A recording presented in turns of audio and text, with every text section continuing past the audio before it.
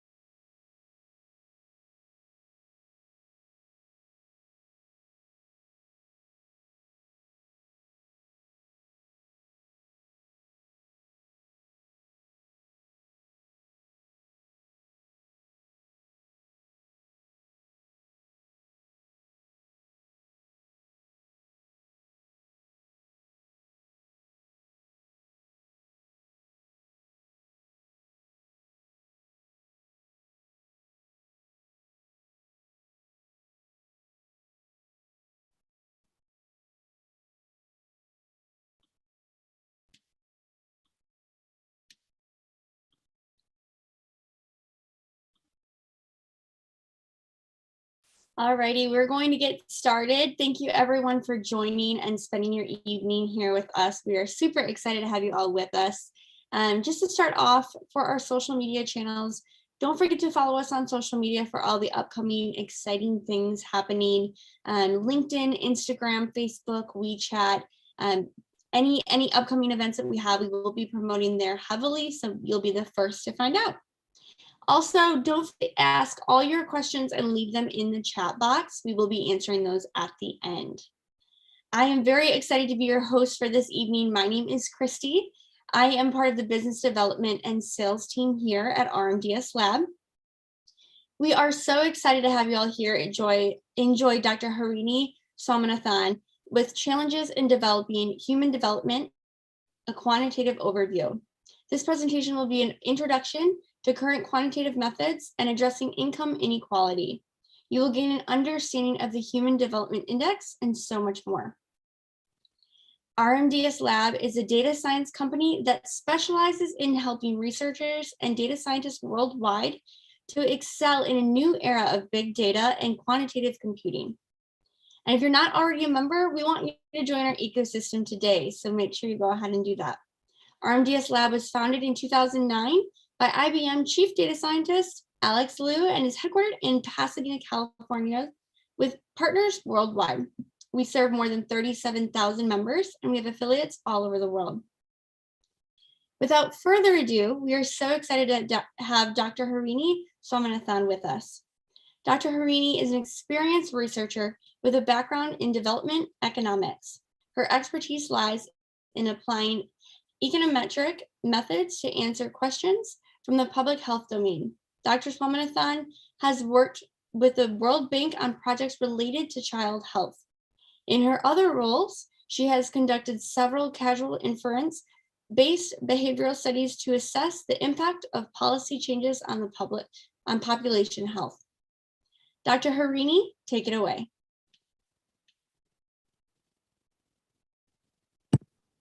Thank you. Let me go ahead and share my screen.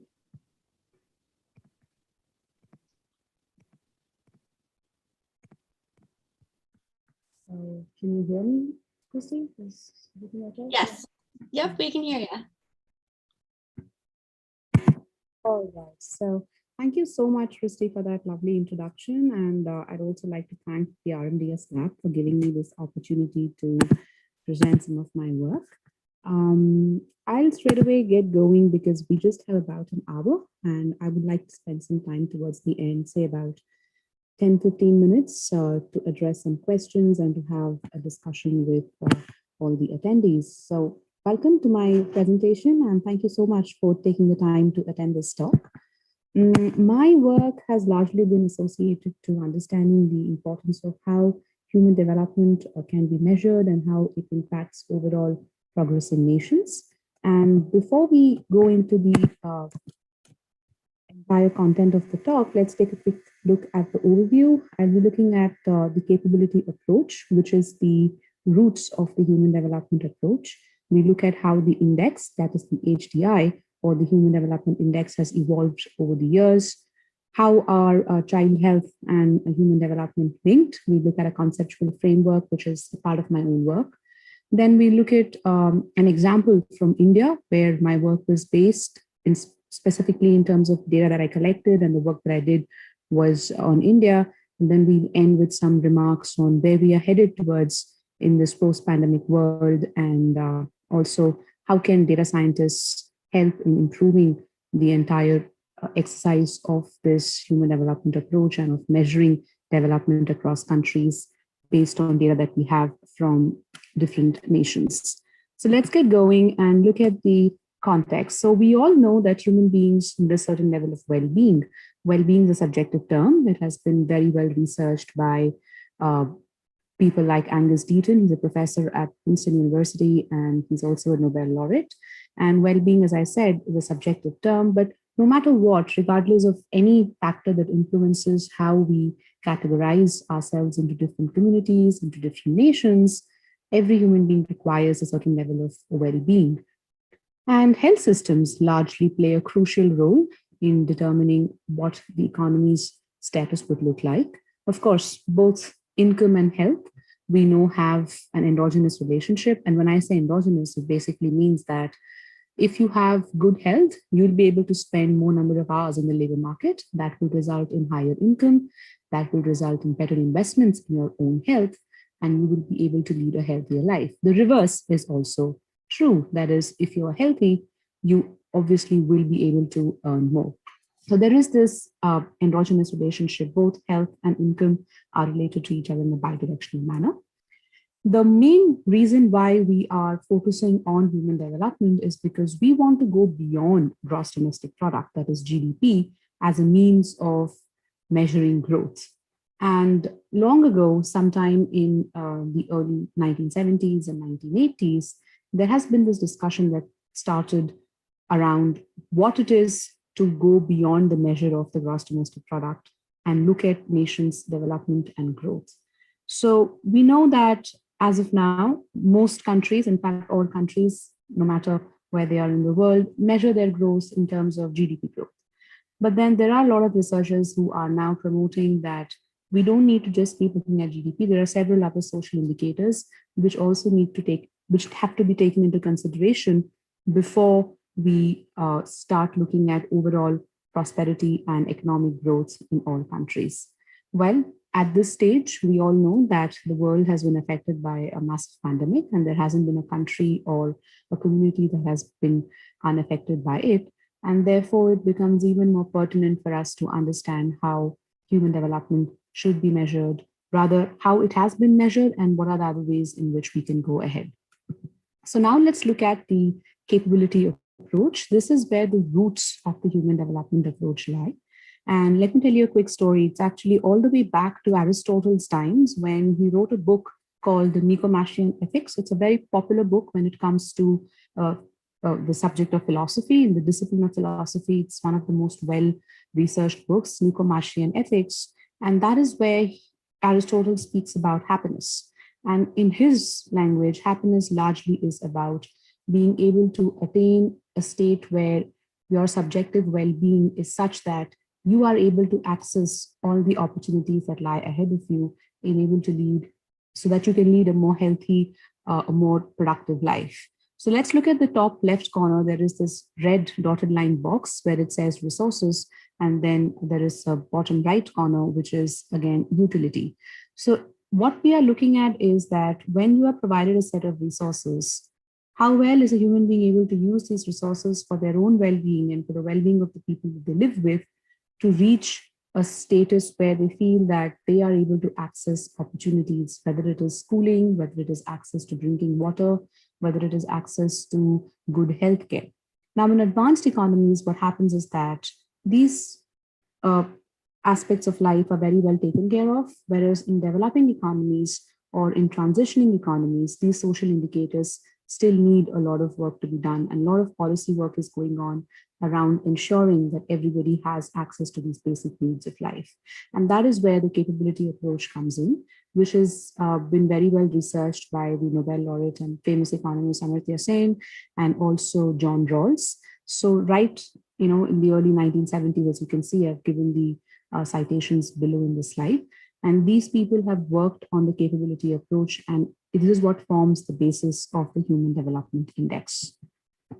Now, the very first time that we came across a formal definition of human development was in 1990, that is about 31 years ago, when the United Nations Development Program commissioned a report called the Human Development Report.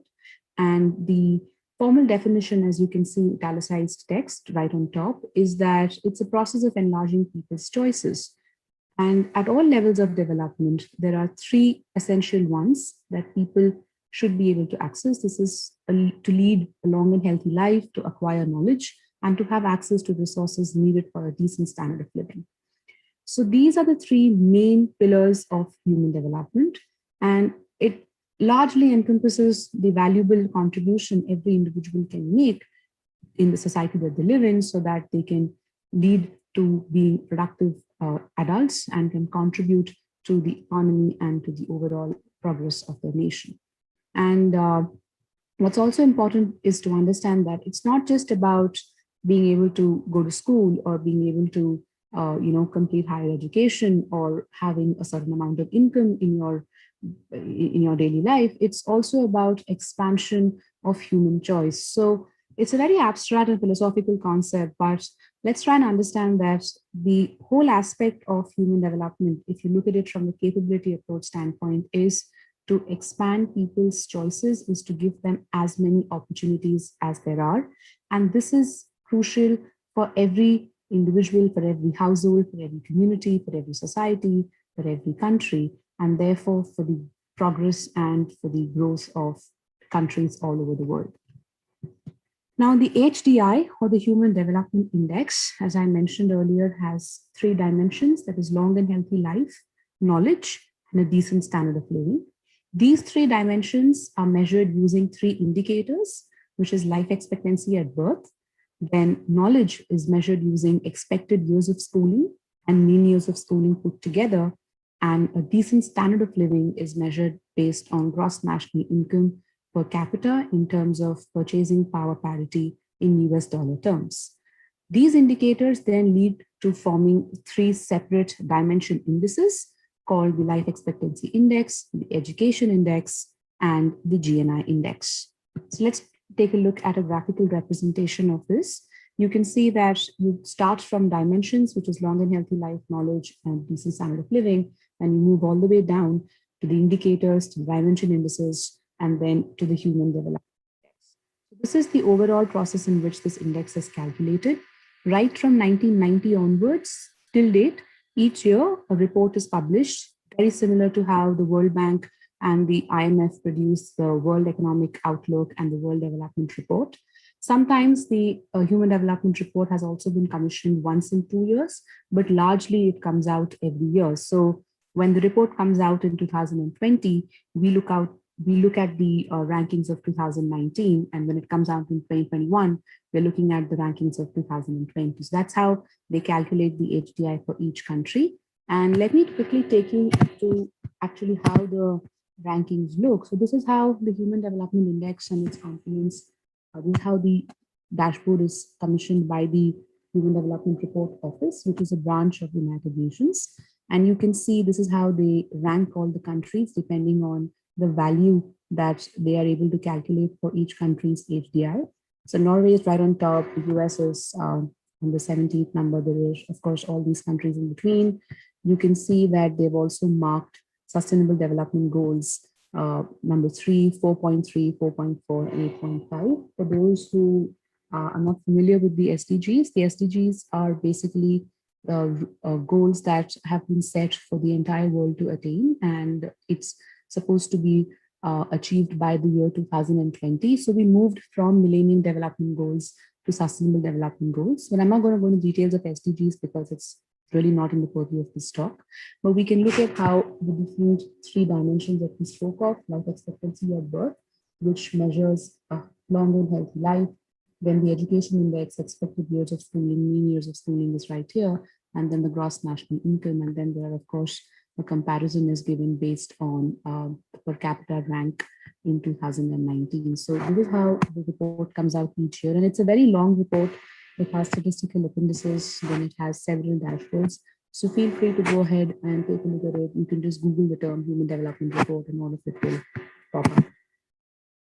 Moving further to giving you an example of how the HDI is actually calculated. So the dimension index, that is these three, health, education, and standard of living, is calculated based on whatever is the actual value for that particular country, the minimum value, and then the maximum value. So actual value minus minimum value divided by the maximum value minus the minimum value. So it's a standardized index, and no country can have a value of more than one. And you can see that the minimum and the maximum goalposts have been set for 2020. So what is done by the Human Development Report Office is that they set goalposts for each year. Now you may ask, why is the goalpost, why are the numbers 20 or 100 or 75,000? So the answer to that is that in the 20th century, no country reported a life expectancy at birth of less than 20 years. That's the reason why this value has been chosen.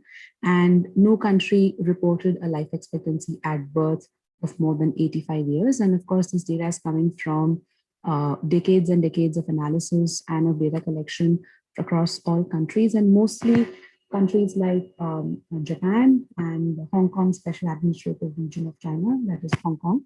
That is where the life expectancy at birth is usually the highest. It's around 84.9, and values have been rounded, so it's 85.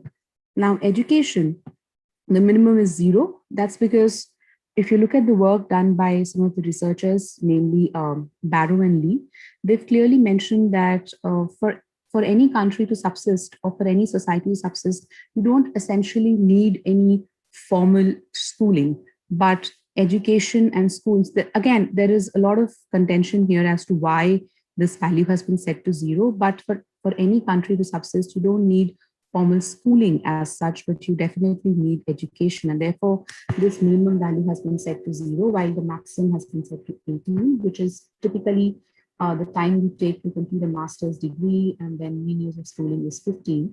Again, minimum and maximum value for the standard of living, which is GNI per capita, has been set to 75,000, because for any individual beyond an income of per capita income, that is individual's income per year of more than 75,000 US dollars, anything more than that doesn't really result in a gain in your improvement of your life. So basically, if you look at it in terms of, a simple principle in economics, when your income level crosses $75,000 per capita annually, the gains that you get from that, or the marginal gains that you get from that, are going to typically diminish. And that's why 75,000 has been set as the highest level.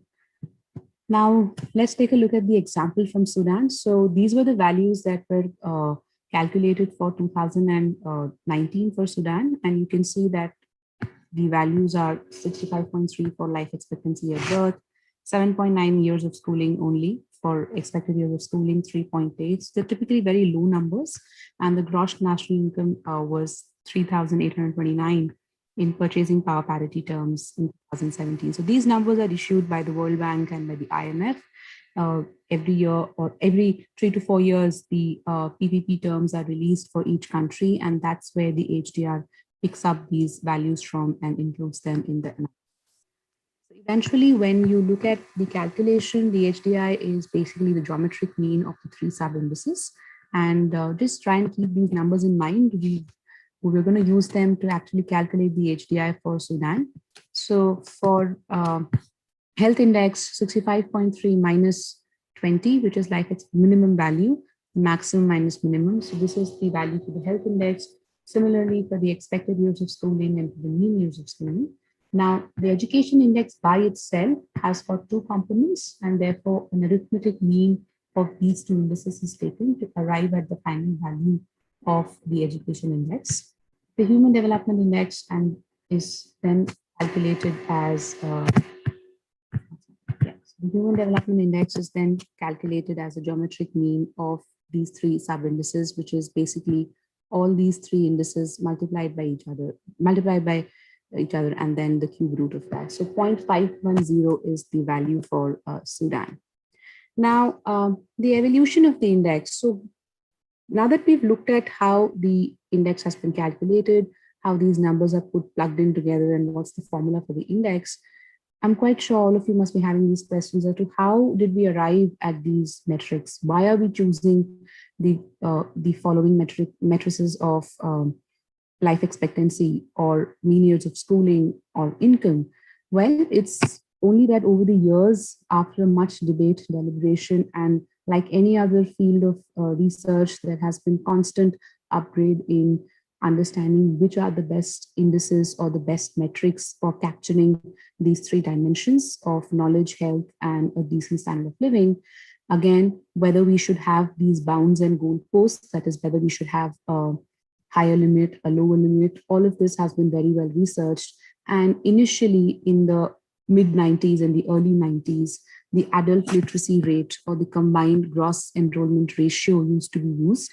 And the combined gross enrollment ratio, of course, means how many, in terms of the enrollment of into schooling for students in each country, what is that ratio looking like? So these are the indices that have been used earlier. Again, for income, GDP per capita, GNI per capita, all of these were used, whether we should perform a log transformation or not, whether we should use a highest value for it or not. So all of these aspects have been taken into consideration when it comes to treatment of the income measure and how it should be transformed before it's fed into the calculation for the HDI. Again, the aggregation method has also been very well researched and debated.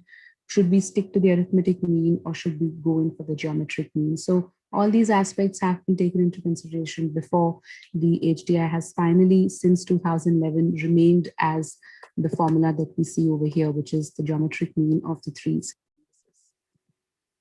Now, there has been, as I mentioned, a lot of criticism and also a lot of alternatives have been suggested. As you can see, all the three dimensions have been given equal weights. So it's not that health is more important than income or income is more important than education. All three of them are equally important. So it's considered quite arbitrary as to why have these been given equal weights. But the defense to that is that you can't really say that income is less important than education. So that is the reason why, as of now, till today, all these three dimensional indices have been given equal weights. Then it also combines variables that can change over time and that do not change over time together. So for example, the health of a particular country, when it is measured in terms of life expectancy at birth, does not change by a sudden shock.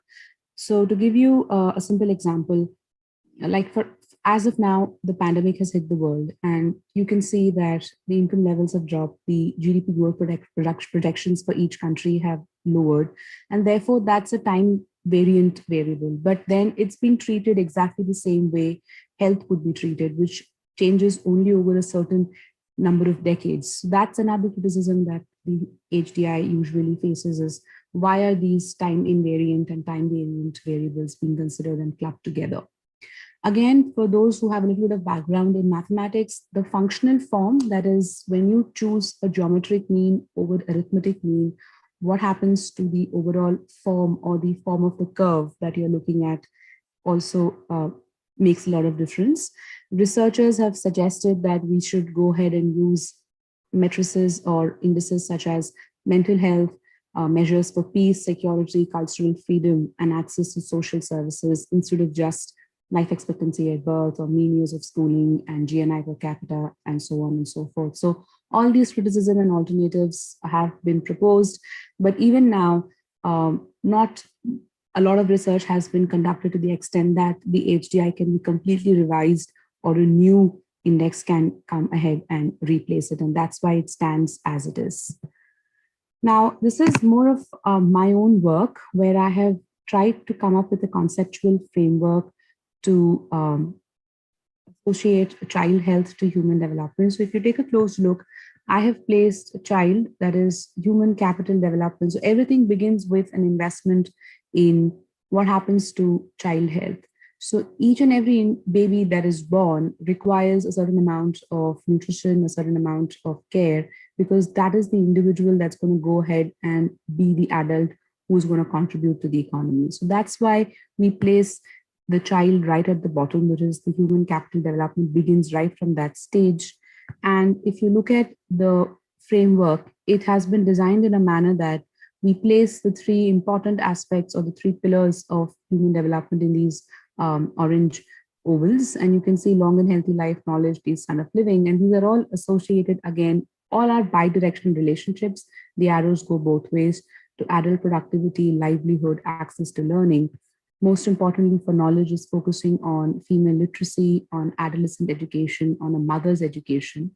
Again, some of the other indices or the measures that are used are maternal mortality rate, under 5 mortality rate, the gender development index, the human poverty index, and the gender empowerment measure. But central to all this is nutrition. And that's why I've clearly stated that when we ensure that the nutrition is well looked after for each and every child gets the right start that they deserve, you are setting up that individual for success for life. Because when you have an impaired growth in your early years, it's very difficult for you to grow into someone who has been able to cognitively understand all concepts, be able to perform well in school, be able to go ahead and earn a livelihood for yourself. And that's the reason why malnutrition is, again, a very, very important aspect of an economy's growth. And again, in countries such as the US or other advanced economies, malnutrition nowadays has taken its form in being overweight and in being obese, whereas in some of the other developing countries or countries in sub-Saharan Africa or South Asia, the problem of malnutrition exists in children being too thin or being too low in terms of their weight or being too short for their height. So all these aspects are what come into play when you look at the nutrition of a child. And it has been very well established that children who are well nourished go on to become better at their adult productivity is much better when they go on to become contributors to the economy and when they are earners and when they are investing in their lives. And that's why we need to ensure that each child's nutrition is very well looked after. And when all these aspects are put together, you are automatically looking at a higher HDI, which is a higher number and a higher rank for that country. And all countries can then look at better progress. So another aspect that we need to look into is, are we able to measure inequality using this HDI? So definitely the answer to that is not entirely, because if you see, the HDI consists of several indices and several matrices and several numbers that have come from a lot of aggregation. So at each level, there is a lot of aggregation of data, that is data coming from microeconomic sources and then going on to turn into national accounts data and then becoming a part of another index. So a lot of transformation, a lot of aggregation takes place, and that masks the inequality that exists within different strata of society within each country. And that is why I propose that we should go ahead and also try and use household-based data, that is data that comes from each household. Some of you might be aware that demographic and health services, the surveys are conducted by all these development organizations. Then you have multiple indicator cluster surveys called the MICS, where household-based information is used to actually understand what are the different issues that are existing in our societies. And that is the kind of data that should be used instead of just aggregated national level data for looking at the actual extent of development and inequality that exists in societies. And instead of just using the health measure, I also propose that we can use the Human Development Index N, which is Human Development Index with a nutrition index in place of a health index. The formula remains the same, the calculation remains the same. We still have 3 sub-indices and we have taken the geometric mean of those 3. But instead of life expectancy at birth, we should go ahead and use nutrition index. This is something that I worked on during my doctorate, and I'll go ahead and give you an example of what I mean by the nutrition index. So we won't go into the details of what is growth failure or what is thinness, but it should suffice to say that the World Health Organization gives certain uh, measurements on what anthropometric failure or malnutrition in children or adolescents is measured by. And we use those same measures to come up with a normalized index, which is similar to the other two indices of the Human Development Index. And this is what the formula looks like. We are going ahead and using this and plugging it in place of life expectancy index. And I've used disaggregated data, that is data coming in from households using the Indian Human Development Survey. So this is just an example. You don't have to really look into why have I chosen India. It's just part of my own work. But if you see the gradient over here in terms of the color, so the greener the shade, the better off is the HDI of that particular. The more red it is, the worse off it is. And this is in terms of just the HDI along with the nutrition index. Now, an interesting picture emerges when you compare this to a map where you use just the nutrition index. You can clearly see that the nutrition levels of the same states, so these boundaries are basically different states of India, is pretty much reflecting what you would see as the HDI along with the nutrition index. So it suffices it is enough to say, in fact, that both these indices, the HDI nutrition or the nutrition index, capture development in pretty much the same way. Now, once again, as I was mentioning, we were speaking about aggregated data versus household level HDI. So let's take a look at what happens when we use aggregated data. So the numbers are pretty high. So these are different states. Just look at this extent of the gap. So what is happening is that because we are using aggregated data, a lot of inequality is being masked. A lot of these numbers are very high, but when we go ahead and use household level information, so we're actually going very deep. We're using more microeconomic data other than just macroeconomic data. And when we use microeconomic data, you can clearly see whether you go in with the standard HDI definition or whether you go in with HDI with the nutrition index. These two pretty much have the same trend, but when you compare it to the aggregated data, there is a huge gap. And this is where the HDI is not able to capture inequality in its true essence. And we need to work a lot on, as data scientists, we need to work a lot on how can we develop algorithms or develop methods where we can capture our data at microeconomic level more efficiently, making it faster in a manner that all the changes, such as the breakout of an epidemic or any other disruption of civil society, can be captured in a manner that we can actually see if our societies are developing in the real sense. So some concluding thoughts, the post-pandemic world, we already are looking at several changes that have taken place in terms of how our children are going to school, how we are working from home. Most of us have millions and millions of people have lost their jobs. And the vulnerability of our health systems across all countries have been exposed. When the pandemic broke out, not one country was able to respond or react in a manner that the entire extent of the rate at which the infection spread could be controlled. So we can clearly see that, are we actually understanding the true meaning of development? So if you go to any social science class, the first question that is asked is, how do we define development? Is development just providing, good schooling? Is it just providing enough money to everyone? Is it ensuring that we have good roads? Is it ensuring that we have good malls? Or is it actually ensuring that no child goes hungry? No woman has to, suffer when she is going through childbirth? Is it about ensuring that men and women have equal access, equal pay? Are these aspects being taken into consideration when we look at development? How are we thinking about war-struck zones? How are we looking at civil war situations? How are we looking at terrorism as another issue? So these are aspects that have still not been fed into the Human Development Index. And that's the reason why a lot of criticism and a lot of alternatives are being proposed.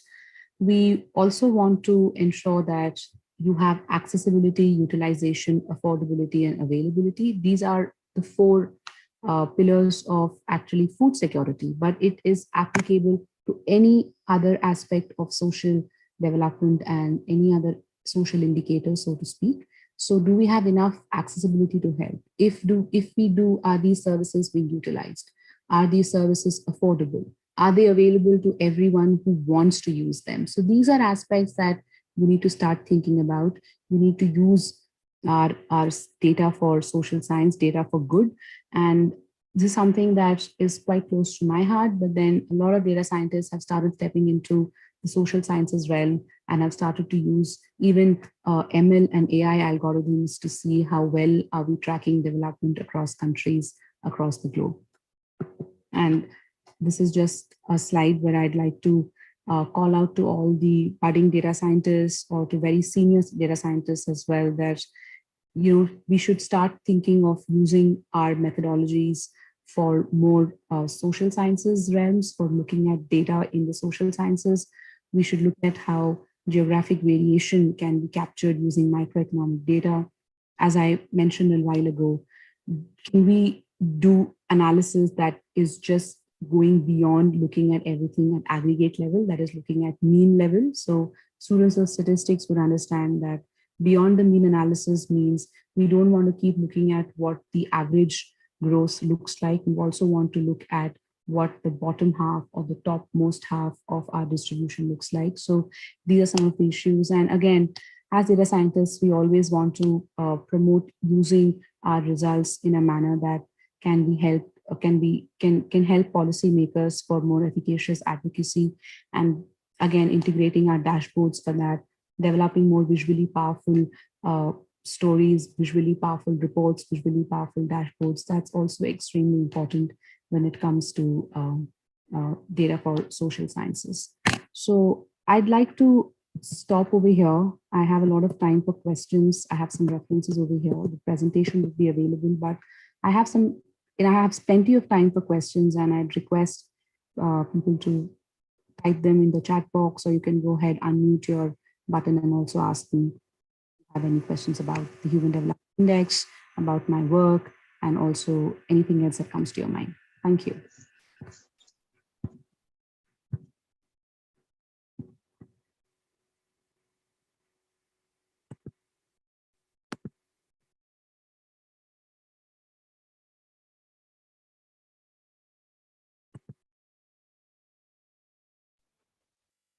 Participants.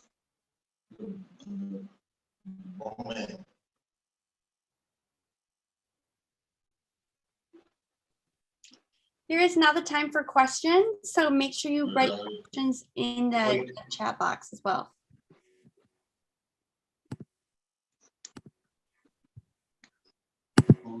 Wait.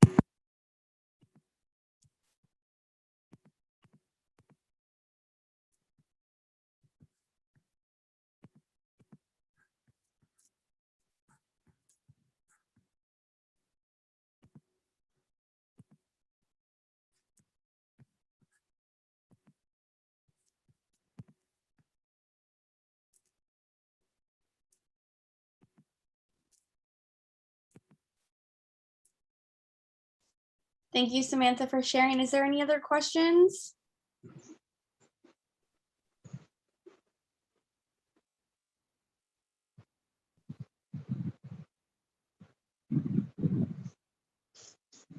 Alrighty, thank you everyone for joining us today. We're super excited to have you. If you have any other questions, you can always message us on LinkedIn. You can also message Dr. Harini as well.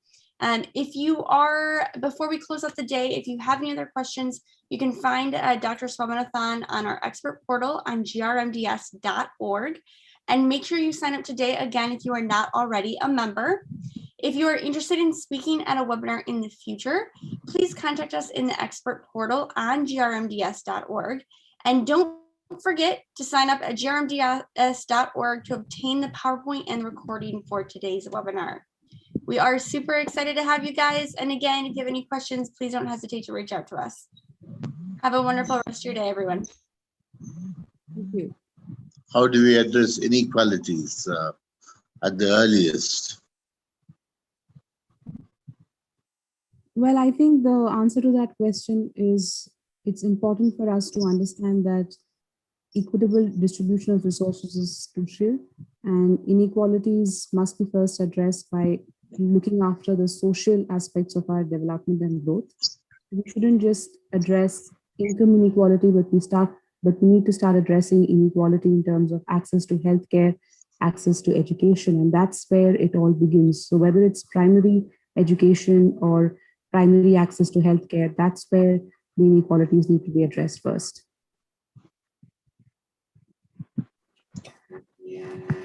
But do you think the governments are doing sufficient enough? Well, I would say certain governments, such as governments in Norway, governments in Switzerland, when you look at their models, those governments are doing a lot to ensure that people have equitable access to healthcare, to better education. But many governments are not. There are of course political considerations that we have to take into account, but largely governments and also citizens need to start thinking more about how we can bridge the gap between the rich and the poor. How about the corporate world? When I thought that perhaps they can do much more, especially concerning the concerns that we have as far as the children go, the nutrition and issues of that nature. Yes, you're right. Absolutely. I mean, the corporate world has stepped in different countries. They do run different philanthropic missions. They run corporate social responsibility in countries. It's quite popular in countries in South Asia, where each corporate entity which has a profit margin of more than 20%, they have to go ahead and also run corporate social responsibility missions. So these are models that have come up in different countries. But again, when it comes to access to the lowest strata of the society in terms of socioeconomic status, or people who come from very poor households, a lot has to be done when it comes to improving the health and nutrition of children in these strata of the society. I feel that there isn't sufficient sort of coordination between the academic world, the corporate, and the governments. All three put together. I don't know whether they're really synergizing their efforts. So you're right there. I mean, there's a lot of work that takes place in silos. So the academic world does a lot of its work by itself. Yes, there are several examples of work being done in coordination with the government, but then synergizing all these three together, private entities coming together with government entities. There aren't very many examples, but trends are changing. If you look at the World Development Report from the last 5 to 6 years, there are several examples of how corporate entities have come along with government entities and have improved access to schooling, access to healthcare, sanitation in several Southeast Asian, South Asian, and Sub-Saharan African countries. Thank you, Doctor. Thank you. Thank you for your questions. Thank you. I think I have a question here from Fauzan. I'm sorry if I'm pronouncing the name incorrectly, but what is the policy to gather resident data? So in India, there is a survey called the National Family Health Survey, or the NFHS, that is conducted in waves, and it's basically a household-based survey, and different field agencies are in charge of collecting this data at the microeconomic level. Not just in India, in fact, most countries in the world collect demographic and health data using the demographic and health service data, and you can find them on the USAID website, or even if you just go and search for DHS, Demographic and Health Surveys, you can find this microeconomic data for pretty much every country in the world.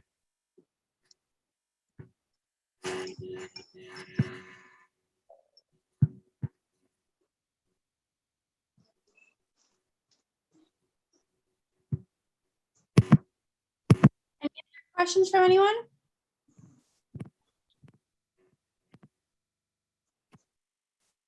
Alrighty, we appreciate all your questions. Again, thank you so much for joining us. And again, please do not hesitate to reach out via LinkedIn. We would love to answer any other questions if you think of them later. All right, everyone, have a wonderful evening. Thank you, everyone. Thank you. Thank you. Dr. Thank you. Green. Thank you. Thank you, doctor, so much. Again, you were wonderful. Thank you. Thank you, Kat. Thank you. Yeah, of course. And I'll send the recording tomorrow first thing. And please let me know if you need anything else. Absolutely. Thank you so much. Thank you. Have a great night. Bye, everybody. Bye.